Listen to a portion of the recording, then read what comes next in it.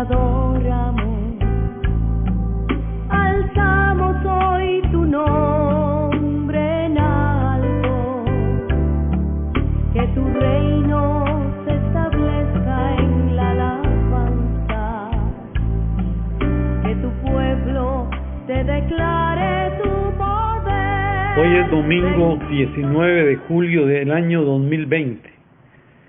Le habla el pastor Antonio y para mí es un gozo y una alegría buscar la presencia de Dios y exaltarlo y adorarlo, como espero que todos ustedes reunidos en su casa puedan hacer sus cultos familiares, alabando y adorando a Dios y cada día fortaleciéndose en el Señor y en el poder de su gracia y de su misericordia. La palabra de Dios dice con una claridad y una transparencia que el juicio de Dios empezará por la casa de Dios. Es un momento para reflexionar en esta pandemia que nos está sucediendo. ¿Qué enseñanza nos está dejando? Cuando vamos a Nehemías, en el capítulo 1, vea que él se humilla por el pueblo, dice, y cuando oí estas palabras me senté y lloré, e hice duelo por algunos días, y ayuné y lloré delante de Dios, del Dios de los cielos, y dije, te ruego, oh Jehová, Dios de los cielos, fuerte, grande y temible, que guarda el pacto y la misericordia a los que le aman y guardan sus mandamientos. Esté ahora atento tu oído y abiertos tus oídos para oír la oración de tu siervo que hago ahora delante de ti día y noche, por los hijos de Israel tus siervos, y confieso los pecados de los hijos de Israel que hemos cometido contra ti. Sí, yo y la casa de mi padre hemos pecado. Esto nos demanda a nosotros humillarnos delante de la presencia de nuestro Dios, y esa humillación delante de Dios nos va a llevar también a humillarnos delante de la presencia del hombre también. Esto nos lleva a buscar la presencia del Señor y a restituir algunas cosas que la palabra de Dios dice. Vea que debemos humillarnos, y si nos humillamos delante de ti, hoy tenemos que humillarnos delante del hombre. A lo que habla el profeta Isaías en el capítulo 1, verso 16 en adelante, dice, lavaos y limpiaos, quitad la iniquidad de vuestras obras de delante de mis ojos, y dejad de hacer lo malo, aprended a hacer el bien, buscad en juicio, restituid al agraviado, haced justicia al huérfano, y amparad a la viuda. Venid luego, dice Jehová, y estemos a cuenta. Si vuestros pecados fueren como la grana, como la nieve, serán emblanquecidos, y si fueren rojos como el carmesí, vendrán a ser como blanca lana. Vea cómo la palabra de Dios nos demanda un accionar diferente en nuestras vidas, una restitución de la armonía, la paz, el gozo y la alegría dentro de nuestro propio corazón, para con Dios y para con el hombre. Que si nosotros hemos tenido enemistades, hemos hecho cosas que no convienen con otros hermanos, es tiempo de humillarnos y de arrepentirnos para variar, Señor, todo el camino por donde hemos andado este tiempo atrás. Vea que esto nos lleva a nosotros a un tema poco tocado, Señor, pero que es uno de los fundamentos de tu palabra. Es el arrepentimiento, es la confesión, y a veces nos hemos olvidado de eso. A lo cual el Señor Jesucristo en Lucas 5, 30 al 32 dice, y los escribas y los fariseos murmuraban contra los discípulos diciendo, ¿por qué coméis y bebéis con publicanos y pecadores? Y respondiendo Jesús le dijo, los que están sanos no tienen necesidad de médicos, sino los enfermos. Y no he venido a llamar a justos, sino a pecadores al arrepentimiento. ¿Cuántas veces tenemos preconceptos de la gente y los llevamos a condenación y no permitimos la sana restauración, que la iglesia debe ser un lugar de restauración? Esto nos lleva a pensar que antes de tocar el tema del arrepentimiento necesitamos recalcar primero la importancia de tener un buen fundamento en la vida cristiana. La mayoría de los problemas que encaramos como cristianos y muchos de los impedimentos para nuestro crecimiento personal son el resultado de no haber puesto fundamentos sólidos desde el principio. La mayoría de los creyentes piensan que creen que tienen un buen fundamento, pero sin embargo, en la vida diaria algunos muestran otra cosa, y cuando hablan de arrepentimiento nos damos cuenta que muy poco saben al respecto. No puedo perdonar a mi hermano que me ofendió. Eso no se puede perdonar. Y esas cosas son aberraciones doctrinales que nos traen a colación cosas que no son correctas. Cuando llegamos a Cristo debemos de permitirle a nuestro Dios sacar la basura desde el principio de nuestro caminar cristiano. Dios algún día va a excavar profundo, aunque nos duela, para sacar lo que queda, purificando nuestra vida por el gran amor que nos tiene. Esto se aplica principalmente al arrepentimiento. Ahora no se puede hablar de arrepentimiento sin hablar de pecado.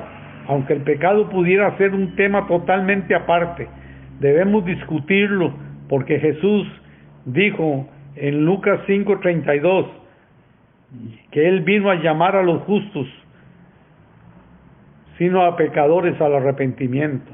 El arrepentimiento de las obras muertas, así como la Biblia describe, está en parte en nuestro fundamento cristiano.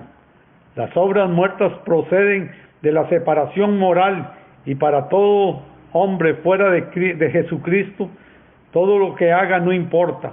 La forma en que toma el pecado en su vida se constituye en obras muertas. El principio esencial del pecado en buena parte es el egoísmo, que se define ampliamente en Isaías 53:6. Todos nos descarriamos como ovejas y cada cual se apartó por su camino, mas Jehová cargó en él el pecado de todos nosotros, cada cual por su camino. Vea cómo el egoísmo nos lleva a nosotros a descarriarnos y a hacer cosas que no convienen. El equivalente de este pasaje en el Nuevo Testamento es 2 Corintios 5:15. Dice: por todos murió, por los que viven y ya no vivan para sí, sino para aquel que murió y resucitó por ellos. Tanto Isaías como Pablo concuerdan en que el pecado es esencialmente hacer lo que yo quiero y no lo que Dios quiere que haga. Todos nosotros hemos caído en la trampa, pero gracias a Dios por su Hijo Jesucristo, porque si no nos arrepentimos no obtendremos la salvación. Ahora que hemos visto que el arrepentimiento tiene que ver con el pecado, nos concentraremos en el arrepentimiento mismo. Hay dos palabras en el Antiguo Testamento que se traducen como arrepentimiento. Una significa lamentarse o afligirse o tomar un curso de acción diferente. Ambos son usadas para referirse tanto a Dios como al hombre. La otra palabra, usada extensivamente por los profetas y empleada generalmente para expresar la idea común de arrepentimiento, significa un cambio radical en la actitud de uno hacia el pecado y hacia Dios. En el Nuevo Testamento se usa una palabra, también hay dos palabras que se traducen por arrepentimiento. Una es similar a la primera palabra del Antiguo Testamento, que significa un sentimiento de preocupación y de pesar. Se acerca mucho al remordimiento, pero el remordimiento no es necesariamente arrepentimiento. El remordimiento significa que uno se siente mal por el pecado cometido, pero no hace ninguna acción de cambio. Y la otra palabra en el Nuevo Testamento es la palabra griega metanoia. Significa un cambio de parecer o tener otro juicio. El arrepentimiento es en verdad cambiar de juicio que ha tenido sobre cualquier cosa y aceptar que Dios se ha revelado sobre sí mismo en el asunto. Esta palabra está asociada también a la palabra volver e implica una decisión personal de volverse del pecado y entrar en comunión con Dios. Se ha hecho muy poco énfasis sobre el arrepentimiento en la confrontación contemporánea del pecador, pero sin arrepentimiento no hay una confrontación frontal por los pecados cometidos por el hombre. El pecador no solo debe cambiar de juicio sobre Dios, sino sobre sí mismo, sobre sus acciones. el mundo que lo rodea, sino también debe tomar los pasos definitivos en una acción moral que ejecute su cambio de parecer, ampliando este proceso de arrepentimiento. Es informar a la mente y cambiar de parecer, animar y dirigir las emociones y urgir un cambio requerido y la acción de la voluntad entregada para volver como hombre completo a una dirección contraria al pecado y directa hacia Dios. El hombre es capaz de oír la exhortación que viene de Dios. El hombre es capaz de hacer una decisión, es decir, me volveré a Dios y dejaré el mundo. De lo que no es capaz es de volverse por sí mismo a Dios, por su propia justicia, porque por nuestra propia justicia somos un trapo de inmundicia. Se requiere de la gracia de Dios para volverlo, pero la decisión de hacerlo entra dentro de la capacidad y por lo tanto debe ser hecho moralmente responsable de esta decisión. Una decisión de su voluntad diciendo, aquí Dios, aquí estoy, ten misericordia de mí, dame vuelta y seré vuelto hacia ti. Doy gracias a Dios que en su gran amor me ayudó a hacerlo. De todas las demás definiciones de arrepentimiento me gusta una que escuché a un predicador. Dice, arrepentimiento implica una renuncia intelectual de corazón de toda controversia con Dios sobre todos y cada uno de los puntos en cuestión. Implica la convicción de que Dios está totalmente en lo cierto y el pecador totalmente equivocado, y el abandono completo y sincero de toda excusa y disculpa por el pecado. Mucha gente asume que uno debe cortarse las manos o la lengua, los oídos, la cabeza, Señor, para creer de corazón, pero Dios habla de creer también con nuestra mente, y hacemos decisiones con nuestra mente renovada. El arrepentimiento también tiene que ver con la mente. Hay quienes dicen que la mente no juega ningún papel con la convicción, y estos deberían tener grandes avivamientos en las instituciones constantemente, pero no es así. La convicción de que Dios está completamente en lo cierto establece un principio significativo y continuo. Si aceptamos este principio en los comienzos de nuestra vida cristiana, entonces en los encuentros subsecuentes con Dios, cualquier asunto, Él estará de nuevo completamente en lo cierto. El arrepentimiento es un abandono completo y sincero de toda excusa o disculpa por el pecado. Esto significa que debemos enfrentar honradamente nuestro pecado para poder apreciar la totalidad de la gracia limpiadora de Dios. Pero es peligroso estar hablando de arrepentimiento, acusando a las demás personas que no se han arrepentido y así desanimar a los que verdaderamente humillados por su pecado, y puede ser dañino proclamar el amor perdonador de Dios de la manera que estimule la presunción espiritual y el descuido para juzgar. Hay que buscar un equilibrio. Entre los hombres debemos estar totalmente de acuerdo con Dios y hacernos saber a la vez que el amor de Dios es tan ancho como un océano y que Él nos perdonará todos nuestros pecados. No es fácil mantener el equilibrio. Debemos predicar arrepentimiento del pecado sin que se produzca una carga de desaliento al mismo tiempo, sin despojar el amor de Dios que demanda responsabilidad moral y espiritual. Para esas mismas personas no se vayan a presumir de la gracia de Dios. Hay muchas razones por las cuales nosotros debemos examinar. Veremos algunas hoy en este día y mañana volveremos a insistir en este tema. Número 1, el arrepentimiento es importante porque Dios lo ordena.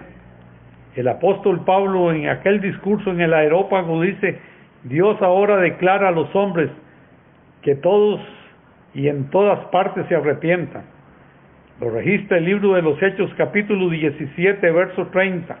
Pero Dios, habiendo pasado por alto los tiempos de esta ignorancia, ahora demanda a todos los hombres en todo lugar que se arrepientan. El mandamiento de Dios requiere una aplicación universal y una obediencia inmediata. Debemos de obedecer. Cuando llegamos a Cristo, lo primero que debemos de hacer es arrepentirnos de todas las obras muertas y buscar la restauración a través de la gracia divina del Señor. Número 2. El arrepentimiento fue una de las razones por las cuales vino Cristo al mundo.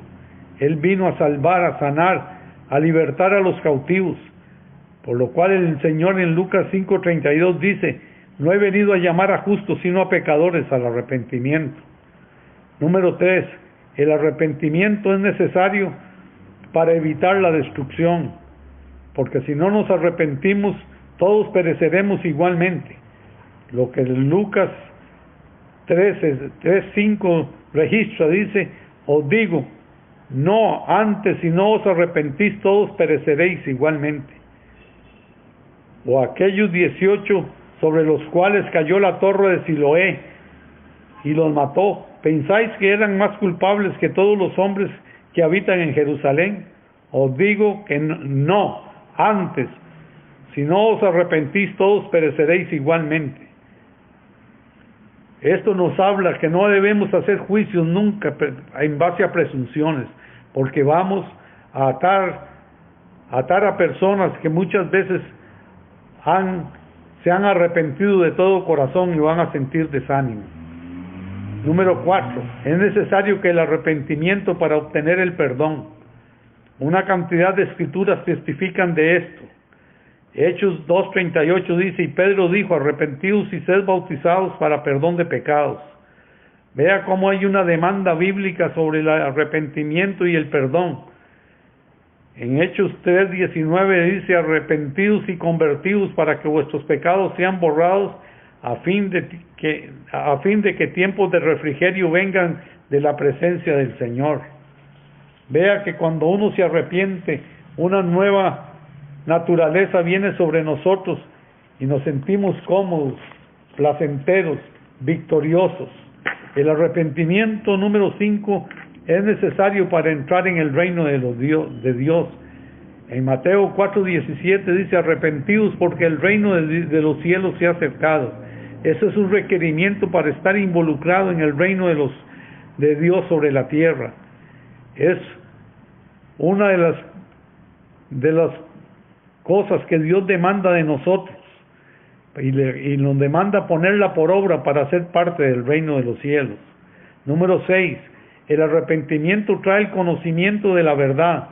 Pablo dice en 2 de Timoteo 2:25: corrigiendo tiernamente a los que se oponen, por si acaso Dios les da el arrepentimiento que conduce al conocimiento de la verdad. El punto es que no se puede conocer la verdad de Dios sin arrepentimiento de corazón. La falta de arrepentimiento detiene el fluir de la revelación y la inspiración divina. Ninguna cantidad de habilidades académicas puede sobreponerse a un bloqueo producido por la falta de arrepentimiento. Hay dos estipulaciones de Pablo. Primero, si Dios les da el arrepentimiento, y segundo, conocerán la verdad. Las otras palabras, aunque se esté en un error, en la confusión, el problema verdadero no está en las cabezas, sino en las voluntades. Si reconocemos que estamos equivocados, es decir, si nos arrepentimos, entonces la obstrucción desaparecerá y veremos la verdad. Número 7. El arrepentimiento es un deseo de Dios para todos los hombres. En 2 de Pedro 2:9 dice: porque el Señor es paciente para con nosotros, no queriendo que nadie perezca, sino que todos vengan al arrepentimiento. Es interesante que la palabra no dice que vengan a Cristo o a la gracia, sino al arrepentimiento, ya que está implícito en este término en todo lo anterior. Número 8. El arrepentimiento es un cambio total que permite la revelación total de Dios en Cristo en las escrituras del hombre. Número 9. Otra razón por la cual el arrepentimiento es importante es la que mencioné al principio. Es parte del fundamento cristiano. un fundamento de arrepentimiento de obras muertas, pero qué triste cuando no dejamos los rudimentos y solo insistimos en él y no vamos adelante a la perfección. No hay un accionar de nuestra fe. En el libro de los Hebreos, capítulo 6, verso 1, el escritor del libro de los Hebreos registra: por tanto, no dejando ya los rudimentos de la doctrina de Cristo, vamos adelante a la perfección, no echando otra vez el fundamento de arrepentimiento y de obras muertas y de la fe en Dios. Vea cómo tenemos que dejar los rudimentos, y el arrepentimiento es uno de los rudimentos, pero muchas veces nos sentimos gente muy madura, pero sin embargo somos niños espirituales. Número 10, Jesús predicó este mismo mensaje. En Mateo 4:17 dice: arrepentidos porque el reino de los cielos se ha acercado. Número 11, los apóstoles lo predicaron. Ellos fueron y predicaron a los hombres que deberían arrepentirse. Como punto número 12, finalmente Pablo predicó del arrepentimiento, hablando de la naturaleza, testificando solamente tanto a judíos como griegos de arrepentimiento para con Dios y la fe en nuestro Señor Jesucristo. Después de haber establecido la importancia del arrepentimiento,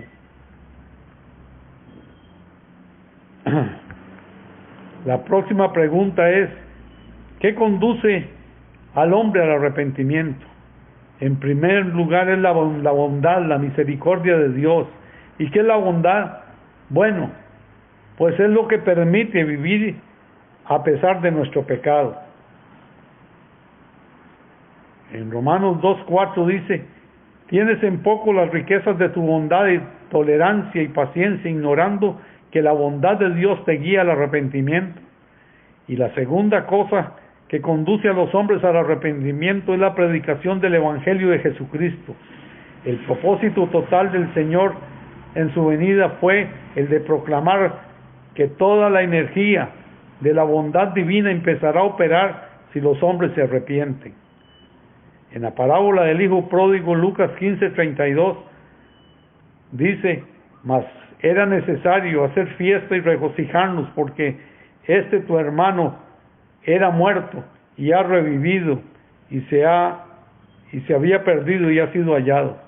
Pero quien predica el arrepentimiento tiene que ser una persona que lo hace dentro de un marco de la voluntad de Dios, y que él mismo ha experimentado el verdadero arrepentimiento para que tenga éxito en su mensaje. La tristeza que es conforme a la voluntad de Dios produce arrepentimiento y lleva a la persona a una profunda paz con Dios y consigo mismo. El arrepentimiento se puede considerar en sí mismo como un don, la misma capacidad de arrepentirse. En el libro de los Hechos 11:18 dice: entonces, oídas estas cosas, callaron y glorificaron a Dios, diciendo: de manera que también los gentiles se les ha dado el Dios arrepentimiento para vida. Las Escrituras va en una forma inherente la capacidad de arrepentimiento si el hombre responde a su llamado. Es de gran aliento saber que cuando nos confrontamos con alguien y para con Dios, con la verdad y el amor de Dios, tenemos la capacidad presente de arrepentimiento en todas sus formas. Tenemos este fundamento cristiano que es importante para examinarnos a nosotros mismos. Bien, el salmista lo dijo en el Salmo 51:4: contra ti solo he pecado y hecho lo malo delante de tus ojos. La palabra confesión es utilizado en la Biblia con dos sentidos complementarios. Primero, se refiere al reconocimiento de Dios como ser supremo, digno de gratitud y alabanza, y contra quien al faltar el hombre peca. Y el segundo reconocimiento delante de Dios es la culpa por una infracción cometida con miras a obtener el perdón. El arrepentimiento conduce a una confesión a Dios por los pecados cometidos y una confesión pidiendo perdón a las personas que hemos dañado por haberlos ofendido. Es un momento que nos ha dejado este momento de paro en la iglesia, de cultos presenciales. Este COVID-19 nos ha llevado a una confrontación. ¿Estamos nosotros en paz con todos los hermanos? ¿Estamos nosotros y nos hemos humillado? Tal vez hemos ofendido a algún hermano. Tu palabra dice que si confesamos nuestros pecados, Él es fiel y justo para perdonar nuestros pecados y limpiarnos de toda maldad. Qué hermoso saber es que Él es quien juzga, ya que Él fue quien pagó el precio para que nosotros fuésemos justificados. Hoy Dios nos hace un llamado vehemente, porque el juicio empezará por la iglesia de Dios, y como iglesia de Dios tenemos que estar en paz. Hoy haga un examen de conciencia usted. Vea usted cómo está usted para con su prójimo. Vea usted cómo está usted con su vecino. Cómo está usted con sus hermanos. Cómo está usted con los hermanos de la iglesia. Y si ha cometido alguna infracción, hoy oremos diciéndole: Señor, tu palabra dice que si confesamos nuestros pecados, tú eres fiel y justo para perdonar nuestros pecados y limpiarnos de toda maldad. Padre, en el nombre de Jesús, hoy vengo delante de tu presencia majestuosa y excelsa a pedir perdón, y me comprometo, Señor, a restituir al agraviado, Señor. Hoy vengo a humillarme, Señor, para que sean borrados nuestros pecados y vengan tiempos de refrigerio. Que Jehová te bendiga y te guarde, que Jehová haga resplandecer su rostro sobre ti y te llene de misericordia, que Jehová levante sobre ti su rostro y te inunde de paz, y que la paz de Jesucristo, que sobrepasa todo entendimiento, sea sobre cada uno de ustedes y sobre sus familias. Que Dios les bendiga. Señor Dios poderoso, por siempre reinará.